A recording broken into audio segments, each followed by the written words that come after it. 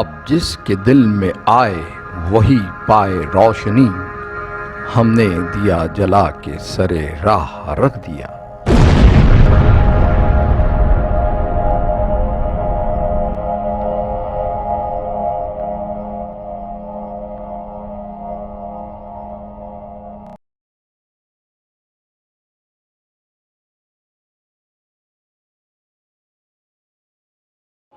अस्सलाम वालेकुम नाजरीन, नई मंजिलें यूट्यूब चैनल पे आपका खैर मकदम है। जैसा कि आप जानते हैं कि हर बार हम आपका तारुफ नई नई हस्तियों से करवाते हैं जो अपनी फील्ड में माहिर होती है। इसी सिलसिले को आगे बढ़ाते हुए आज हमारे इस प्रोग्राम में मौजूद है ख्वाजा निज़ामुद्दीन साहब, जो बीटेक डिग्री एग्रीकल्चर फील्ड में जिन्होंने बीटेक डिग्री हासिल की और जो अपनी फील्ड में इंजीनियर है। तो मैं ख्वाजा निज़ामुद्दीन साहब का इस्तकबाल करता हूं हमारे इस प्रोग्राम में।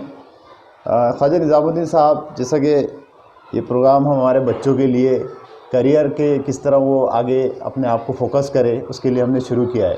तो कुछ आपकी फील्ड के मुताबिक हम आपके सवाल पूछेंगे, जिसमें पहला तो ये है कि इस एग्रीकल्चरल फील्ड में स्कोप क्या है बच्चों को, मतलब अगर बच्चों ने स्टडी किया आगे अपने लाइन को आगे बढ़ाया एजुकेशन लाइन को, तो इस एजुकेशन फील्ड के अंदर या एग्रीकल्चर फील्ड के अंदर उसका स्कोप क्या है?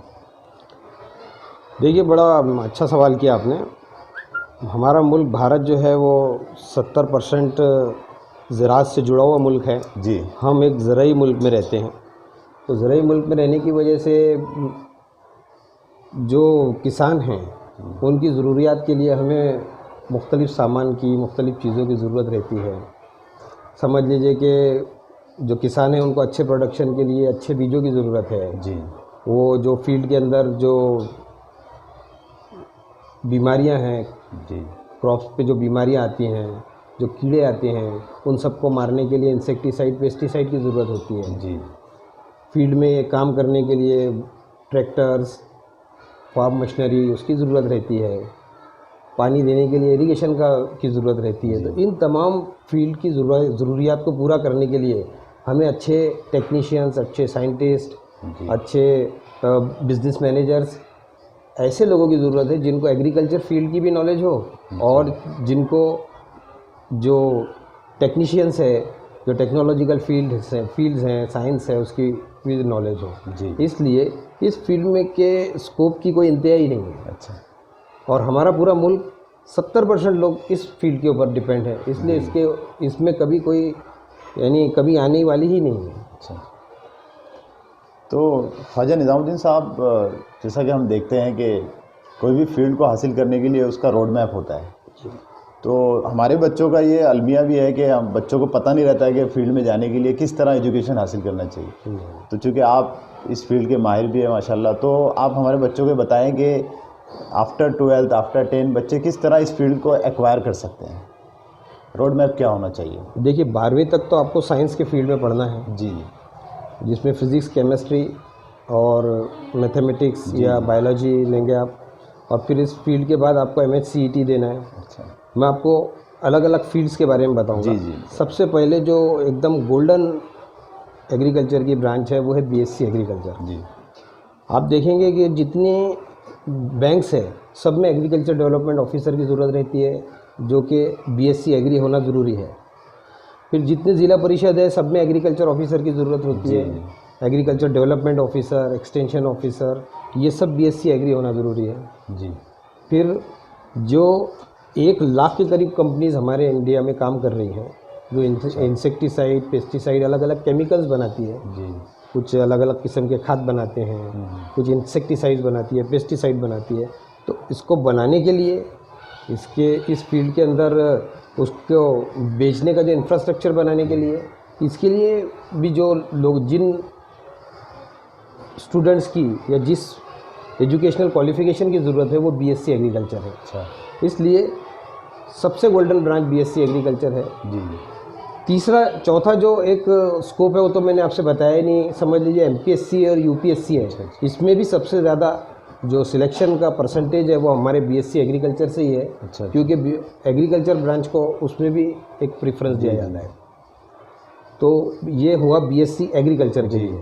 तो बीएससी एग्रीकल्चर के लिए आपको 11th-12th के अंदर आपके पास फिज़िक्स और केमिस्ट्री ये 2 होना कंपलसरी है, बायोलॉजी। जी। अगर मैथमेटिक्स नहीं भी लिया है तो फर्स्ट ईयर के अंदर आपको दे देंगे। अच्छा। फिर उसके बाद दूसरी ब्रांच है जो बड़ी अहम ब्रांच है, वो है बीवीएससी। इस फील्ड के बारे में तो मैं खुसूसन हमारी बच्चियों से कहूँगा कि इस फील्ड के ऊपर तवज्जो दें, क्योंकि बैचलर ऑफ वेटरनरी साइंसेज में अभी पिछले 2 बार से बीवीएससी गर्ल्स कैंडिडेट यानी वुमन कैंडिडेट की पोस्ट खाली जा रही है। अच्छा। तो ये ऐसी ब्रांच है कि अगर आप इसमें से बीवीएससी करते हैं तो आपको जॉब 100% मिलता है। जी। लड़कों के लिए भी इसमें बड़ा स्कोप है। समझ लीजिए चिकन की इंडस्ट्री है, डेयरी इंडस्ट्रीज़ है और बहुत सारी मिलिट्री है, इन सब में आपको बीवीएससी की जॉब मौजूद है। तीसरी ब्रांच हमारी ब्रांच है जी। BTech agriculture engineering. पूरे फील्ड के अंदर, पूरे एग्रीकल्चर फील्ड में बेशुमार मशीनरीज़ की ज़रूरत पड़ती है। आप दिन रात देखते होंगे, प्लोइंग है, हैरोइंग है, जी। फिर स्प्रे है, फिर पंप्स है, पाइपलाइंस है, ग्रीन हाउसेज है, वर्टिकल फार्मिंग है जी। और बहुत सारी फील्ड्स है। मैं बहुत लंबा डिटेल है उसकी, तो उतनी डिटेल में नहीं जाते हुए उसके लिए ऐसे आदमी की ज़रूरत है जिसको एग्रीकल्चर का भी नॉलेज हो और इंजीनियरिंग का भी नॉलेज हो। तो उस फील्ड में बीटेक एग्रीकल्चर की ज़रूरत है। अच्छा। मतलब ये तमाम बीटेक एग्रीकल्चर के लिए आपको 11th-12th और मैथमेटिक्स कंपलसरी है और MHCET कंपलसरी है। फिर उसके बाद आपको मिल जाता है। अहम बात उसमें यह है कि अगर आपके पास एक 7/12 है जी। तो उसमें आपको 12% मार्क की छूट मिलती है। अच्छा। तो एक 7/12 भी अपने घर का या फैमिली का प्रोड्यूस कर दिया तो मिल जाता है। जी। इन केस अगर हमारे पास 7/12 नहीं है तो हम एग्रीकल्चर वर्कर हैं, यानी खेत मजूर जिसको बोलते हैं, उसका अगर एक सर्टिफिकेट बना लें तो भी 12% का हमें एडवांटेज मिल सकता है। जी। इस तरीके से हम अच्छे से उसमें एडमिशन ले सकते हैं। जी ख्वाजा साहब, आपने बहुत ही इन्फॉर्मेटिव चीज़ें बच्चों के सामने अभी पेश की। इसमें एक सवाल ख्वाजा साहब ये उभर के आता है कि जैसे आपने बताया कि ये बहुत बड़ी फील्ड है, लेकिन बच्चों को नॉलेज नहीं रहता है। लैक ऑफ नॉलेज क्या होता है, बच्चे उधर जा नहीं पाते। लेकिन माशाल्लाह आपने उसमें इंजीनियरिंग की डिग्री हासिल की, तो इसमें वालिदैन का किरदार क्या होना चाहिए? मैं आपको किसी ने इंसिस्ट किया कि आपको इसी में जाना है, या आपका ख़ुद का ऐसा कुछ मकसद था कि मुझे इंजीनियरिंग करना है इसमें एग्रीकल्चर में? तो बड़ा अच्छा सवाल पूछा आपने। तो जैसा कि अकोला में जो PKV यूनिवर्सिटी है, बड़ी अच्छी यूनिवर्सिटी है, बच्चों ने एक बार जाके और ज़रूर देखना चाहिए। जी।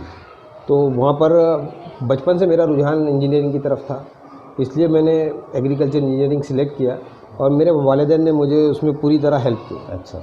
मेरा तमाम वालिदैन से यही समझ लीजिए कि मैं कहना चाहूँगा उनसे कि यही रिक्वेस्ट है कि बच्चे जिस फील्ड में आगे जाना चाहते हैं, जी, जो फील्ड उनकी पसंदीदा फील्ड है उसमें उनकी मदद करें, उसमें उनको आगे बढ़ाएं, तो वो मैक्सिमम आपको रिजल्ट देंगे और अच्छे से अच्छा परफॉर्म कर सकेंगे। अच्छा। तो बच्चों का अच्छा परफॉर्म करने के लिए ज़रूरी है कि आप उनको उसके पसंद के फील्ड में काम करना।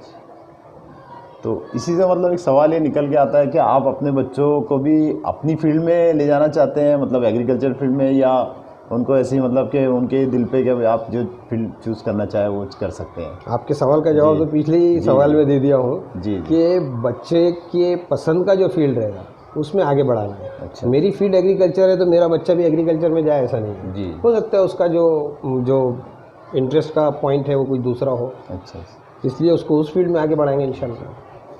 जी ख्वाजा साहब, एक आखिरी और एक अहम सवाल ये है कि जनरली एक बड़ी डिग्री हासिल करने के बाद आज का माहौल ऐसा है कि हर कोई चाहता है कि वो गवर्नमेंट सेक्टर में जाए, जॉब हासिल करे, लेकिन आपके केस में हम देखते हैं कि आपके पास डिग्री होने के बावजूद भी आप एक बिजनेसमैन हैं और माशाल्लाह एक सक्सेसफुल बिजनेसमैन है। तो आपका रुझान क्या बिज़नेस की तरफ था पहले से? कोई ऐसा आपका ख्याल नहीं आया कि भाई मुझे भी जॉब करनी है, गवर्नमेंट सेक्टर में जाना है? बड़ा अच्छा सवाल पूछा आपने। दरअसल बात ऐसी है कि बचपन से मैं बिज़नेस पे मेरा बड़ा अट्रैक्शन था बिज़नेस की तरफ, कि बिज़नेस में बहुत पैसा है और उसमें पूरी फैमिली सेट होती है और नौकरी में एक इंसान ही सेट होता है, ऐसा मेरे जहन में था। दूसरा मैं ये देखता था कि जो हमारे मुल्क में 70% आबादी है जी, वो पूरी की पूरी एग्रीकल्चर से जुड़ी हुई है, जबकि हमारे शहर में उस फील्ड में काम करने वाले जो दुकानदार हैं जी, वो कुछ भी टेक्निकल नॉलेज नहीं रखते। अच्छा। तो मैं ये सोचता था कि अगर इस फील्ड में इंजीनियरिंग करने के बाद एक टेक्निकल नो हाउ के साथ जी, हम हमारे किसानों को अगर सर्विस दे सकें तो हमारा धंधा भी बहुत अच्छे से चलेगा, जी हम पैसे भी अच्छे कमाएंगे, हमारे मुल्क का, हमारे इलाके का, हमारी कम्युनिटी का, सबका उसमें फ़ायदा होगा। जी और अल्हम्दुलिल्लाह ऐसा ही हुआ।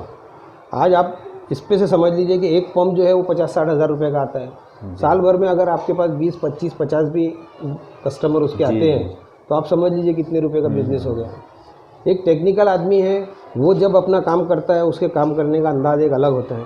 हमने पूरा इरिगेशन जो है वो साइंटिफिकली पढ़ा है, तो आज मैं 5-5 किलोमीटर की पाइपलाइन बनाता हूँ। अच्छा अच्छा 5-5 किलोमीटर की पाइपलाइन समझ लीजिए 10-15 लाख रुपए की होती है। अच्छा साल भर में ऐसे 3-4 भी काम मिल गए तो वो भी बहुत ज़्यादा हो जाते हैं। ऐसा आप हर फील्ड के अंदर गौर करेंगे, समझ लीजिए ग्रीन हाउस है, एक ग्रीन हाउस का प्रोजेक्ट है, उसमें इरिगेशन का पार्ट जो है वो 4-5 लाख रुपए का होता है, बाकी वो भी और कुछ बहुत कुछ बनाना होता है। जी तो साल भर में 3-4 वो प्रोजेक्ट मिल जाते हैं, तो 25-30 लाख उसमें आ जाते हैं। ऐसा आप हर इंजीनियरिंग के पार्ट का सोचे। जी जी अगर आपने ट्रैक्टर और ट्रैक्टर से रिलेटेड चीज़ें सोची, स्प्रेयर्स सोचे, और दूसरे बहुत सारी अलाइड चीज़ें सोची, आजकल उसमें और बहुत टेक्निकल एडवांसमेंट आ गया है, ड्रिप है, स्प्रिंकलर्स है, तो ये सब जो है लाखों करोड़ों के बिज़नेस है। जी तो ये बिज़नेस जब हम करोड़ों का बिज़नेस करेंगे तो फ़ायदा भी उसी के मुताबिक होगा। और इस फील्ड में बेसिकली इस फील्ड का जो पढ़ा हुआ आदमी है वो फ़ौरन जॉब कर लेता है। अच्छा जैसे मेरे साथ के हमारा 60 का बैच था, उसमें से 3 या 4 ही लोग बिज़नेस करते हैं, अच्छा बाकी सब लोग जॉब पर है। जी वो जॉब पे आज मैनेजर वगैरह है, लेकिन वो अपना बिज़नेस नहीं सेट कर सके, आज भी वो कहीं ना कहीं जॉब करते हैं। जी तो हम 3-4 लोग आज खुद का बिज़नेस सेट करके अपने घर में आराम से रहते हैं। तो ये फ़र्क है दोनों। जी तो ख्वाजा निज़ामुद्दीन साहब, आप हमारे बुलाने पे हमारे इस प्रोग्राम में आए, आपका बहुत बहुत शुक्रिया। आपने बहुत ही इन्फॉर्मेटिव नॉलेज हमारे बच्चों को शेयर की, और आपने देखा बच्चों के एक डिग्री हासिल करने के बाद भी एक सक्सेसफुल बिजनेसमैन निज़ाम साहब है। तो ये हमारे प्रोग्राम में हमने आपको इन्फॉर्मेशन देने के लिए पर्सनैलिटी को बुलाया है। अगले प्रोग्राम में इंशाल्लाह हम किसी नई पर्सनैलिटी के साथ हाजिर होंगे, एक नए टॉपिक के साथ। तब तक के लिए अल्लाह हाफ़िज़।